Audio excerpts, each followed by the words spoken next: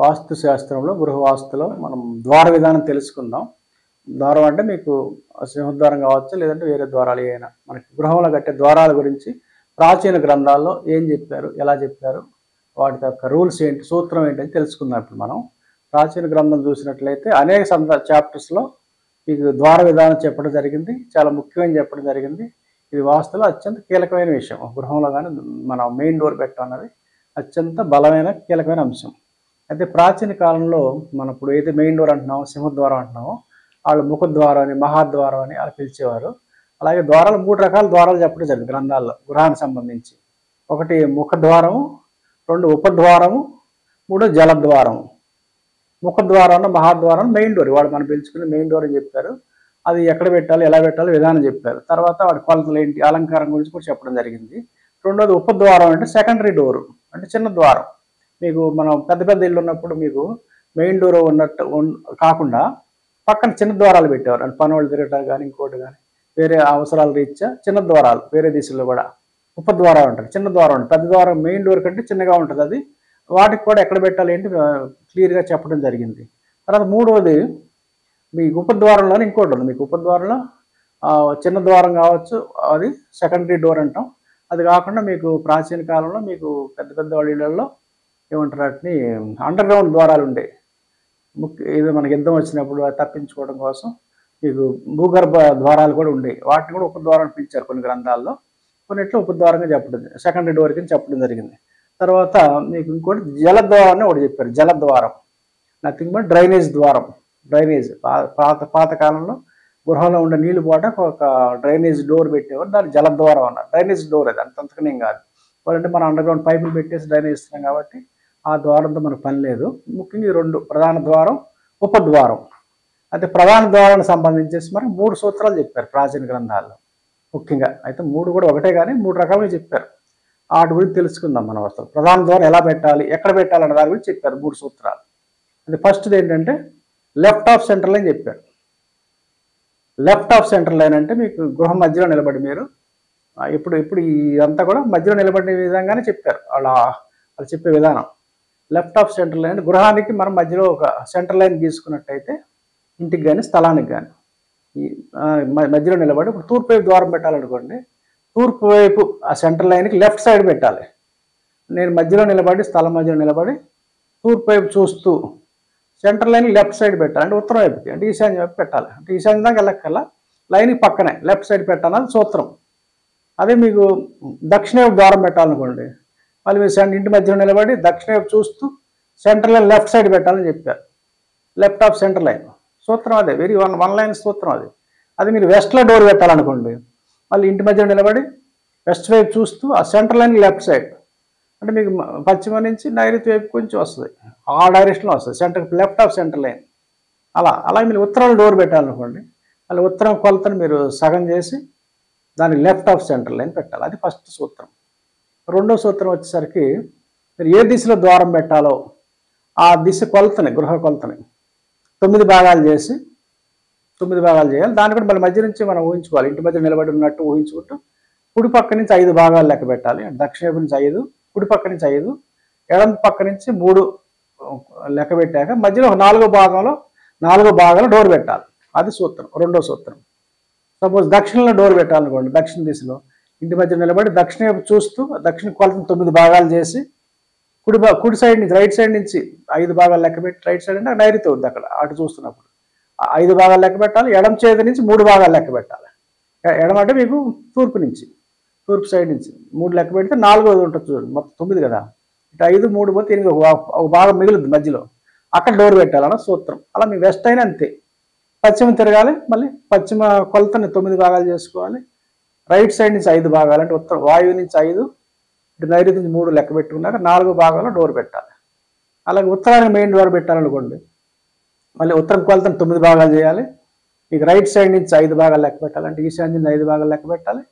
ఇటు వాయువు నుంచి 3 భాగాలు లెక్క పెట్టాలి. మధ్యలో ఒక భాగంలో 4వ భాగంలో డోర్ పెట్టాలి. ఇది సూత్రం, రెండో సూత్రం. ఈ విధంగా రెండో రకంగా ఇలా చెప్పారు. ఇంకోటి మీకు మూడో సూత్రం ఏంటంటే మహాద్వారం ఎక్కడ పెట్టాలి అంటే మీకు దాని రూలు. తూర్పులో అయితే మహేంద్ర అని మీకు పద దేవతలు ఉంటారని చెప్పారు మీకు వేరే చోట. మా 81 గళ్ళలో కూడా పదాల్లో కూడా 42 దేవతలు ఉంటారు. ముఖ్యంగా ఔటర్ గడిలో ఉన్న పదాల్లో ఉండే దేవతలు 32 మంది ఫిక్స్. అది ఏ రకమైన 64 పదమండలం చేసినా 81 పదమండలం చేసినా మొత్తం దేవతల సంఖ్య 32 అవుట్ సైడ్. ఆ 32 దేవతలు మీకు సింహద్వారం ఎక్కడ పెట్టాలి? ఉదాహరణకి తూర్పు సింహద్వారం ఎక్కడ పెట్టాలి అంటే మహేంద్ర పదంలో పెట్టమన్నారు. మహేంద్ర అన్న ఇంద్ర అన్న ఒకటే. ఇంద్ర పదం లేదా మహేంద్ర పదంలో డోర్ పెట్టాలి తూర్పు సైడ్ పెడితే. దక్షిణానికి ఎక్కడ పెట్టాలంటే మీకు గృహక్షత పదంలో పెట్టాలి. అది మీకు అది కూడా మీ లెఫ్ట్ ఆఫ్ సెంటర్లోనే వస్తుంది. అది గృహక్షతలో పెట్టాలి. అలాగే వెస్ట్లో డోర్ ఎక్కడ పెట్టాలి? మెయిన్ డోర్ అంటే మెయిన్ డోర్కి ఇది అంటే మళ్ళీ పుష్పదంత పదంలో పెట్టాలి.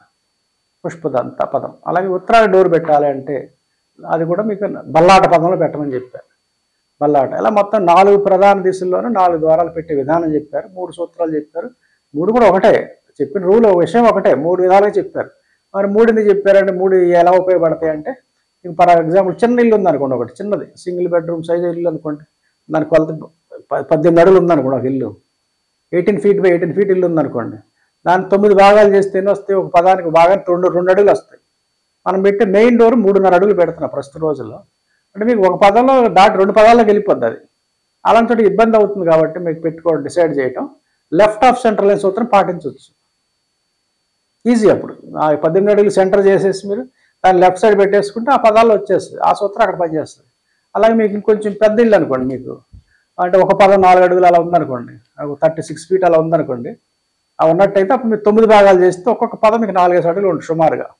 అప్పుడు మీరు 4 పదాలు పెట్టుకోవచ్చు మెయిన్ డోర్. 4 పదాలు మిగిలిన విషయాలు చూసుకుని వేదం లాంటివి రాకుండా దాన్ని చెప్పిన అదర్ కండిషన్ చూసుకుని మెయిన్ డోర్ పెట్టుకోవచ్చు. ఇది రెండో రూల్. ఒకవేళ మీరు పెద్ద స్థలం 1000 గజాల స్థలం ఉంది, దాంట్లో ఫర్ ఎగ్జాంపుల్ గేట్ పెట్టాలనుకోండి, గేట్ కానీ ఇదే సూత్రం, మెయిన్ డోర్కి మెయిన్ గేట్కి గ్రామ ద్వారానికి కూడా ఇదే సూత్రం, అన్నిటికీ ఇదే సూత్రం. అందులో ఫిక్స్ రూల్ సింపుల్, ఇదే సూత్రం పాటించాలి. మీకు పెద్ద స్థలంలో 1000 అడుగులు ఒక స్థలంలో ఉందనుకోండి, దాన్ని మీరు 9 భాగాలు చేస్తే ఒక్కొక్క పదానికి మీకు చాలా ఎక్కువ వచ్చేస్తుంది. ఇప్పుడు 1000 అడుగులు కాదు, ఇప్పుడు 100 అడుగులు 90 అడుగులు అనుకోండి, 9 భాగాలు చేస్తే మీకు 15 అడుగులు వస్తాయి పదం. వచ్చిన అంత పెద్ద 10 అడుగుల్లో మీరు నచ్చిన చోట మీరు పెట్టుకోవచ్చు. ఆ ద్వారం కానీ గేట్ కానీ సైజుని బట్టి. ఆ రకంగా మీరు ఈ 3 సూత్రాలని వేరు సందర్భాల్లో ఉపయోగించుకోవచ్చు. విషయం ఒకటే, ఆ విషయంలో వ్యత్యాసం లేదు, ఎటువంటి భేదాభిప్రాయాలు లేవు. ప్రాచీన గ్రంథాలన్నీ స్పష్టంగా ఇదే చెప్పింది సూత్రం. కాకపోతే మనకి ఈ మధ్యకాలంలో మనకి ఈశాన్యం డోర్ అని పెట్టడం జరిగింది. గత 50 ఏళ్ళ నుంచి అది వచ్చింది కాన్సెప్ట్.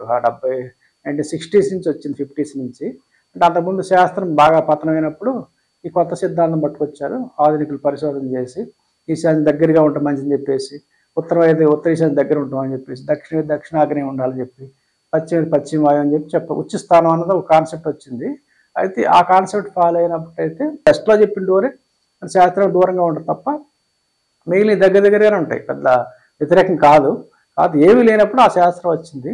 ఒకవేళ మీరు ఇప్పుడు ఇవాళ ఫాలో అవ్వాలంటే ఈ ప్రాచీన కాలంలో ఫాలో అవుతున్నారు కదా 12 ఏళ్ళ నుంచి నేను దగ్గర మీకు. అయితే దిక్కులు పెర్ఫెక్ట్ ఉన్నప్పుడు ఈ సూత్రాలు పనిచేస్తాయి. ముఖ్యంగా ప్రాచీన కాలంలో చెప్పినప్పుడు వాళ్ళు దిక్సాధన చేసి ట్రూ ఈస్ట్కి దిక్సాధన చేసిన తర్వాత లేఅవుట్ చేసేవాళ్ళు, తర్వాత ఇల్లు కట్టేవారు. ఆ రోజుల్లో ఇంకా దిక్కులు తిరగడం అన్న కాన్సెప్ట్ లేదు ఆ ప్రాచీన కాలంలో. కాబట్టి వాళ్ళు ఏం చెప్పినా పెర్ఫెక్ట్ ఈస్ట్ అనుకుని, పెర్ఫెక్ట్ నార్త్ అనుకుని చెప్పారు. కాబట్టి మనం ఆ రకంగా ఉన్న స్థలంలో ఈ రూల్ పాటించేయచ్చు. బట్ ఒకవేళ స్థలం తిరిగింది అనుకోండి, మనకి వాళ్ళు మోడర్న్ డేస్లో సిటీ కానీ విలేజెస్లో కానీ రోడ్డును బట్టి ప్లాటింగ్ చేస్తాం కాబట్టి ఒక స్థలం తిరిగి ఉంటాయి, కొద్దిగా కొంచెం ఆగ్నేయం తిరగడం ఈశాన్యం తిరగడం తిరిగి ఉన్నట్లయితే ఈ సూత్రాన్ని మనం అన్ని డిగ్రీ జరుపుకుని ద్వారం పెట్టాలి తప్ప యథాతథం పెడితే తప్పయ్యే అవకాశం ఉంటుంది. అలా మీకు కొంచెం ఆగ్నేయం తిరిగిన స్థలాల్లో ఈశాన్యం పెట్టిన డోర్ సరిపోదు, పెర్ఫెక్ట్గా ఉంటుంది. అది తప్పు అవ్వదు. తొందరపడి మీరు ఈశాన్యం పెట్టేసాం భయపడక్కల్లా. తర్వాత లేటర్ కొన్ని గ్రంథాల్లో మీకు ఈశాన్యం దగ్గరలో డోర్ ఇచ్చారు. E2 అని E3 E4 3 ప్లేస్లో డోర్ పెట్టుకోమని చెప్పారు తర్వాత గ్రంథాల్లో. అవి మనం ఫలితాలు చూసినప్పుడు చూద్దాం ఏ ఫలితాలు చెప్పారనేది. ఇది ప్రాచీన గ్రంథాల్లో ఇచ్చిన ఈ సూత్రం సింపుల్, స్పష్టంగా ఇచ్చిన 3 సూత్రాల్లో ఒకటే విషయం ఒకటే, అంటే లెఫ్ట్ ఆఫ్ సెంటర్ అయిన సూత్రం. అది మనకి మరి ఈశాన్యం వరకు వెళ్ళక్కర్లా. అయితే 9 పదాల్లో ఈ ఒక్కొక్క దిశకు ఉన్న 9 పదాల్లో ఎక్కడ డోర్ పెడితే ఏంటి ఫలితం కూడా వేరే గ్రంథాలు చెప్పారు. అది మనం మాట్లాడుకుందాం. బట్ ఫండమెంటల్గా ఇది రూలు. ఇది మీరు ఇంటి సింహద్వారం కావచ్చు, అపార్ట్మెంట్ మెయిన్ డోర్ కావచ్చు, స్థలానికి పెట్టే గేట్ కావచ్చు, ఊరికి పెట్టే గ్రామ ద్వారం కావచ్చు, ఇదే రూల్ ఫాలో అవ్వాలి. అయితే మీరు అపార్ట్మెంట్ డోర్ పెట్టిన ఫ్లాట్ కొలత బయట కొలతను తీసుకోవాలి. అపార్ట్మెంట్ పెట్టినప్పుడు ఒకవేళ డిగ్రీస్ తిరిగి ఉంటే దాన్ని మనం రౌండ్ చక్రం వేసి డిగ్రీస్ తిప్పుకొని చూసుకోవాలి. అది ఇండిపెండెంట్ హౌస్ అయితే సేమ్ ఇంటి సింహద్వారం పెట్టినప్పుడు ఇంటి కొలతను తీసుకుని మనం దాన్ని పెట్టాలి, ఈ డోర్ పెట్టుకోవాలి. అలాగే కాంపౌండ్ గేట్ పెట్టినట్టయితే పెట్టాల్సి వస్తే కాంపౌండ్ ఆవరణ స్థలాన్ని మనం ఒక రెక్టాంగిల్ దాన్ని 9 భాగాలు చేసుకుని ద్వారం పెట్టాలి. అంతే తప్ప ఇంటికి ఎదురుగా ఇంటి సింహద్వారం ఎదురుగా పెట్టాలని కరెక్ట్ కాదు. అది రూల్ అయితే ఇది. స్థల కొలతను బట్టి గేట్ పెట్టాలి, ఇంటి కొలతను బట్టి సింహద్వారం పెట్టాలి, ఫ్లాట్ కొలతను బట్టి అపార్ట్మెంట్ మెయిన్ డోర్ పెట్టాలి. అది కూడా ట్రూ ఈస్ట్ ఉన్నప్పుడు, ట్రూ నార్త్ ఉన్నప్పుడు ఇవి వర్తిస్తాయి. ఒకవేళ ఎటువంటి తిరిగినప్పుడు డిగ్రీస్ కనుక మారినట్లయితే మనం దానికి తగ్గట్టు మార్చుకుని పెట్టుకోవాలి. ఒక స్థలాన్ని పర్ఫెక్ట్ ఈస్ట్ ఉందంటాం, 90 degrees తిరిగితే అది నార్త్ స్థలం అంటాం. మన దాన్ని ఈస్ట్ చూస్తే ఈస్ట్ ఉంటాం, 90 degrees తిరిగేసరికి సౌత్ నార్త్ తిరిగిన స్థలం అని చెప్తున్నాం మనం.